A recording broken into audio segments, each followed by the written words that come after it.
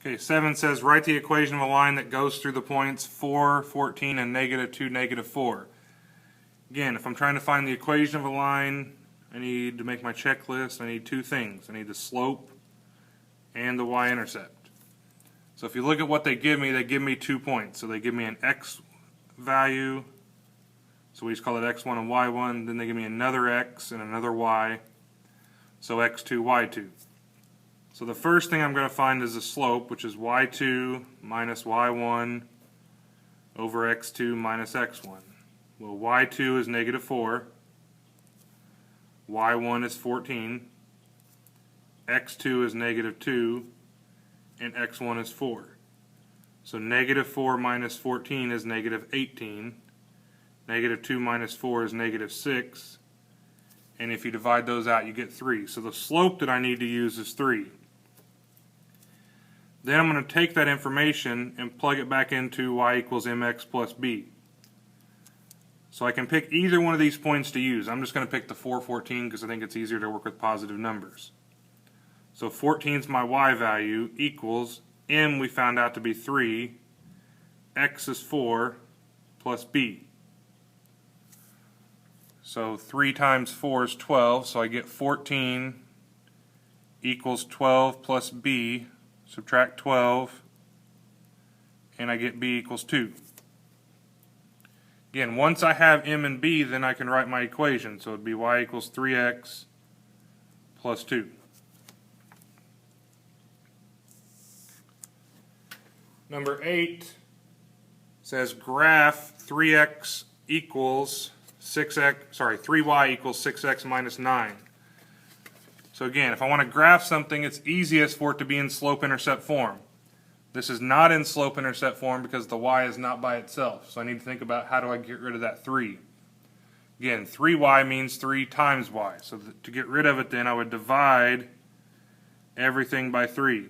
So 3 divided by 3 is 1, so I'm left with y equals 6 divided by 3 is 2x, 9 divided by 3 is 3, so minus 3.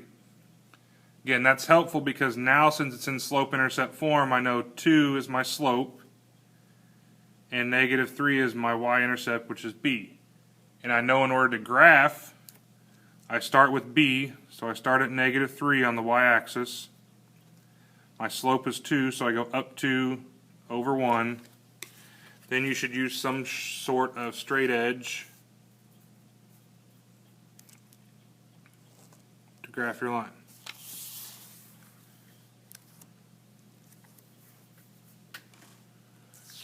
Okay, number 9 is graph the linear inequality y is greater than 3x minus 5.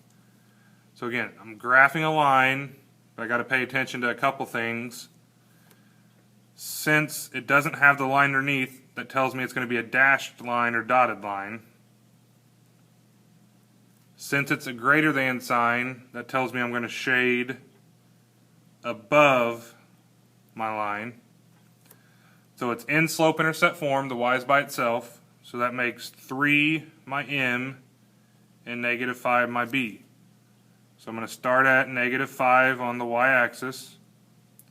M is 3, so I go up 3 over 1. Again, get a straight edge. And I just said it was going to be dashed because it's just a greater than, not greater than or equal to.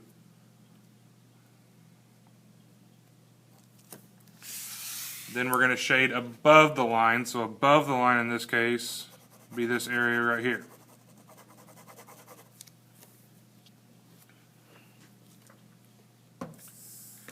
Okay, number 10 says multiply x plus 5 times x plus 3.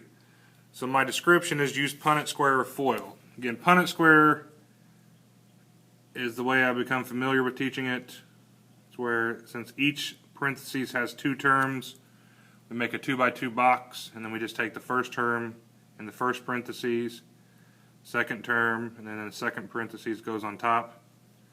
So then we treat it like a multiplication table. X times x is x squared, x times 3 is 3x, 5 times x is 5x, 5 times 3 is 15, and then we combine our like terms. And if you set it up correctly, your like terms are going to be on this diagonal. So my answer would be x squared plus 8x plus 15. Now if you want to do FOIL, and again, you pick which way works best for you. If you want to do FOIL, the F stands for the first term in each parentheses. So x times x is your first terms. The outside terms is O, so outside would be x times 3, which is 3x. The I stands for the inner terms, which is 5 times x, which is just 5x. And the L stands for the last term in each parentheses, which is 3 times 5, which is 15. Now what you're going to notice is you're still going to have like terms you can add together, and you're still going to get the same answer as x squared plus 8x plus 15. Okay, I don't care which way you do it. Some find one way better than the other.